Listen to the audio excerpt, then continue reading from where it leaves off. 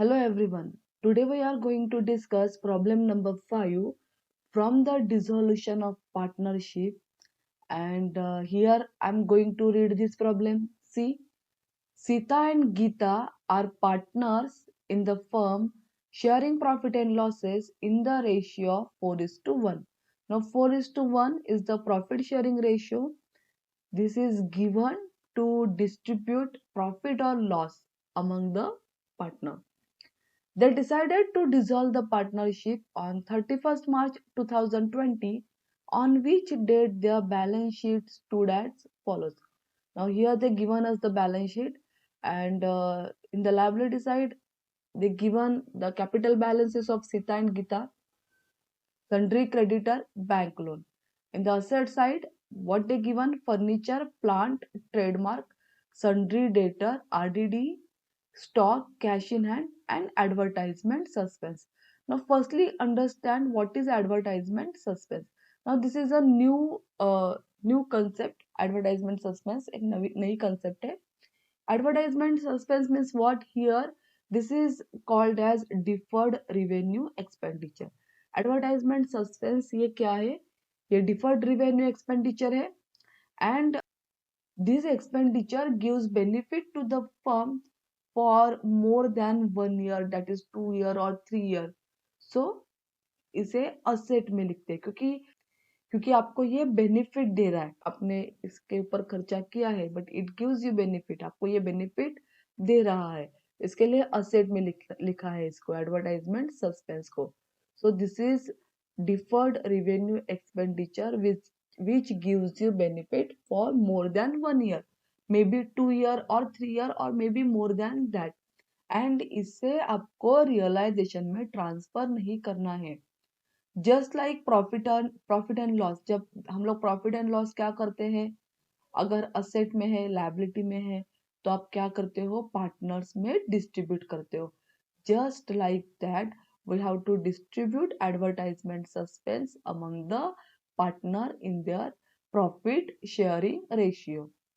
The next additional information: plant and stock taken over by Sita, rupees 78,000 and rupees 22,000 respectively. So plant and stock किसने लिया है, सीता ने लिया है. Second number adjustment: debtor realize 90% of the book value and trademark at rupees 5,000. So debtor जो है वो realize हुआ है book value के 90% से और trademark 5,000 से, and goodwill was realized for rupees 27,000. और goodwill भले ही यहाँ पे asset में नहीं है, पर आपको adjustment में दिया है goodwill realize, then we have to write it. तो goodwill जो है वो realize हुआ है 27,000 से. Third number, unrecorded asset estimated rupees 4,500 was sold for rupees 1,500. So unrecorded asset means जिसका record हमने नहीं किया बट वो asset है. तो ये जो total asset हो गए हैं unrecorded के 4,500 के, वो sold हुए हैं 1,500 से. Fourth number, rupees 1,000 discount were allowed by creditors while paying their claim. तो creditor जो है वो पे हुआ है 1,000 discount से. Fifth number, the realization expenses amounted to rupees 3,500. तो realization expenses भी दिए हैं, and here in this problem we have to prepare realization account, cash account and partners capital. तो यहाँ पे मैंने रियलाइजेशन अकाउंट प्रिपेयर किया है. This is realisation account, partners capital account and cash account. Cash account क्यों prepare करना है, मैंने बैंक अकाउंट क्यों प्रिपेयर नहीं किया, बिकॉज असेट में आपको कैश इन हैंड दिया है, तो अभी हमें यहाँ पे प्रिपेयर करना है कैश. अगर असेट में बैंक होता तो हम बैंक प्रिपेयर करते. ओके, तो यहाँ पे हम जितने भी ट्रांजेक्शन करेंगे कैश और बैंक से रिलेटेड, तो वो सारे हम कैश से करेंगे बिकॉज असेट साइड में कैश है. Okay, now the first step that to transfer the asset and liability to the realization account. तो सबसे पहली स्टेप हमको क्या करनी है, असेट और लायबिलिटी को रियलाइजेशन अकाउंट में ट्रांसफर कर देना है। ओके, तो यहाँ पे असेट देखो, फर्नीचर है, प्लांट है, ट्रेडमार्क है, सन्ड्री डेटर है, आरडीडी असेट नहीं है। Here we have to treat RDD as a liability. हमें यहाँ पे आरडीडी को एज अ लायबिलिटी ट्रीट करना है, असेट नहीं। तो ये आरडीडी हमें नहीं लिखना है असेट में, स्टॉक हम लिखेंगे। कैश इन हैंड असेट में नहीं आएगा, वहां पे कैश हमने अलग से प्रिपेयर किया है तो कैश का अलग से बैलेंस दिखेगा। And as I told you, advertisement suspense we have to transfer it to the partners capital, क्योंकि एडवर्टाइजमेंट सस्पेंस पार्टनर्स कैपिटल में क्या होगा, डिस्ट्रीब्यूट होगा एज अ डिफर्ड एक्सपेंसेस और deferred loss. Now this is deferred revenue expenditure. Liability में sundry creditor and loan, ये दोनों realisation में ट्रांसफर होंगे। So firstly we have to transfer asset and liability to the realisation. तो आपको पता चल रहा है कि कौन से असेट आपको ट्रांसफर करने हैं।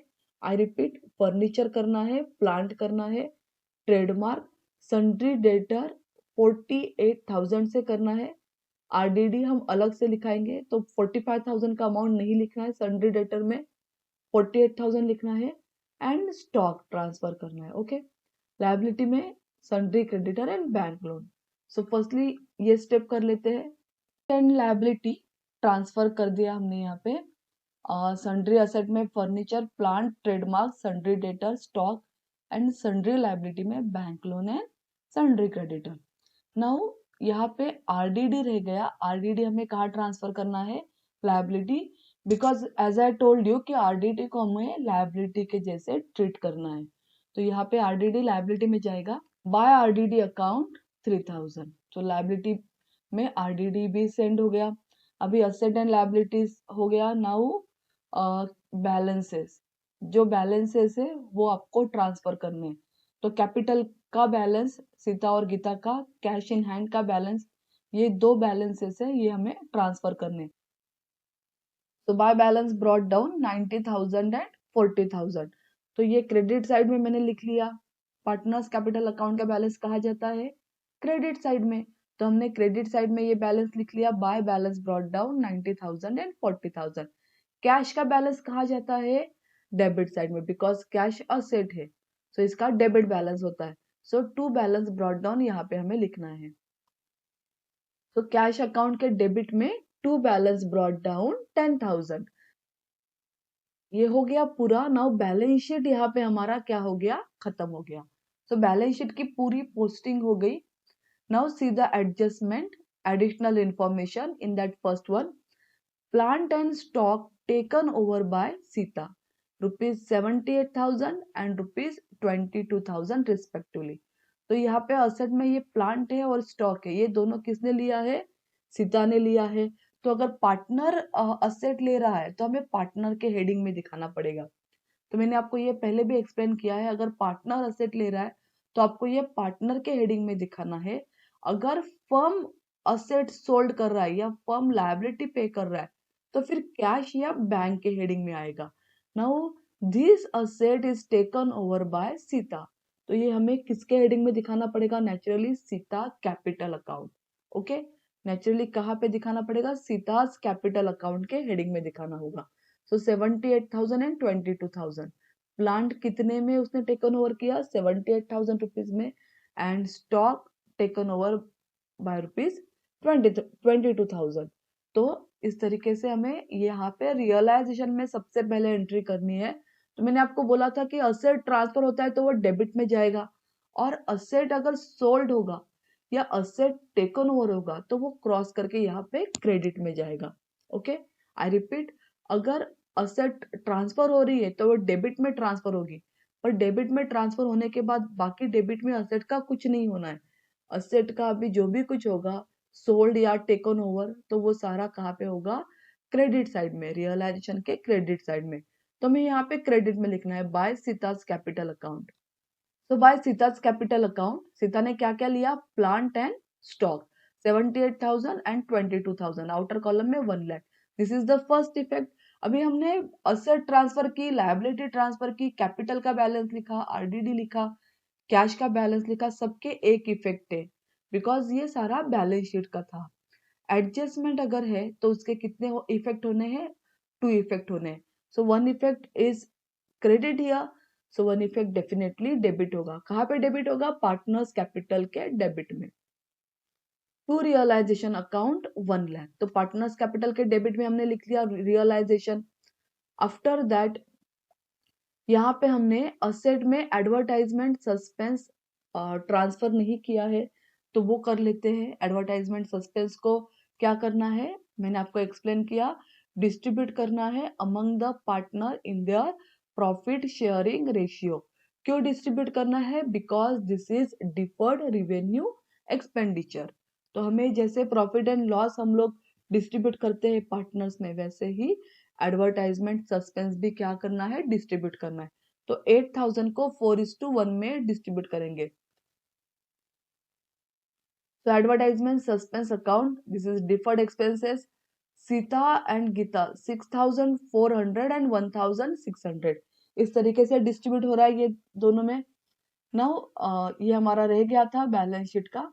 Now see the second number, debtor realise 90% of the book value, so and trademark 5000 and goodwill was realise for ₹27,000। तो यहाँ पे किसी पार्टनर का नाम नहीं दिया है, मतलब कि ये फर्म ने रियलाइज किया है। ओके, तो हमें किसके हेडिंग में दिखाना है? नेचुरली अभी यहाँ पे कैश है असेट साइड में, तो कैश के हेडिंग में दिखाना पड़ेगा।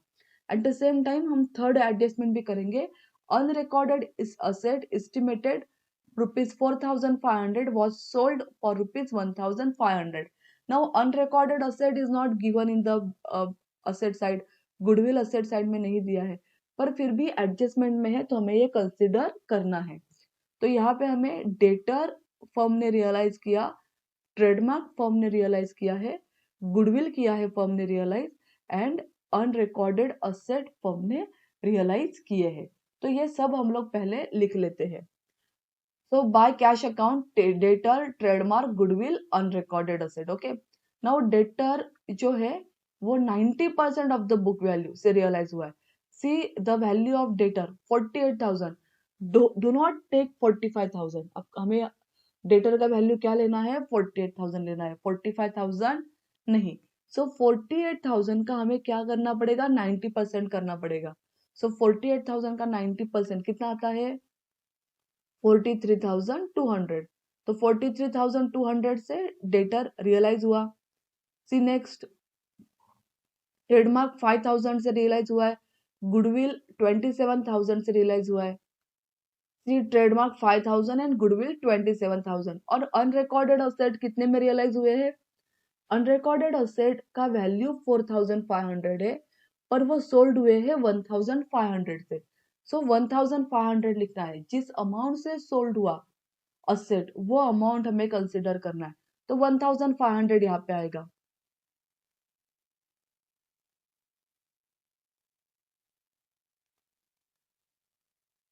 आउटर में टोटल आ रही है 76,700। This is the first effect. अभी ये एडजस्टमेंट है, हमें इसका सेकंड इफेक्ट करना है। सेकंड इफेक्ट डेफिनेटली कहाँ पे होगा? 1 effect is credit, 1 effect is debit in cash account, cash account में होगा। तो cash account debit side to realisation account 76,700, ये हमने टोटल लिख लिया। यहाँ पे सारे असेट लिखने की जरूरत नहीं है, यहाँ पे टोटल जो है वो लिख दिया, टू रियलाइजेशन 76,700। ओके, हमने सारे असेट जो है वो रियलाइज किए। फर्नीचर का रियलाइजेशन नहीं हुआ है, फर्नीचर से रिलेटेड कोई इंफॉर्मेशन एडजस्टमेंट में नहीं है, तो ये एज्यूम करेंगे इट रियलाइज नथिंग, ऐसे एज्यूम करके हम आगे बढ़ेंगे, क्योंकि असेट से फर्नीचर से रिलेटेड कुछ भी इंफॉर्मेशन यहाँ पर एडजस्टमेंट में नहीं है, इसलिए। Now ₹1,000 discount were allowed by creditor while paying their claim. Creditor जो है वो 1,000 डिस्काउंट से पे हुआ है, तो यहाँ पर भी कोई पार्टनर नहीं है, मतलब पार्टनर ने पेमेंट नहीं किया है, तो नेचुरली ये पेमेंट किसने किया है? फर्म ने। तो हमें कहाँ पे दिखाना पड़ेगा? रियलाइजेशन में। और किस हेडिंग में दिखाना है? कैश अकाउंट के। ओके, तो लायबिलिटी ट्रांसफर होती है रियलाइजेशन के क्रेडिट में, और लायबिलिटी का पेमेंट कहाँ पे होगा? क्रॉस करके रियलाइजेशन डेबिट साइड। तो कैश अकाउंट सन्ड्री क्रेडिटर का अमाउंट कितना था?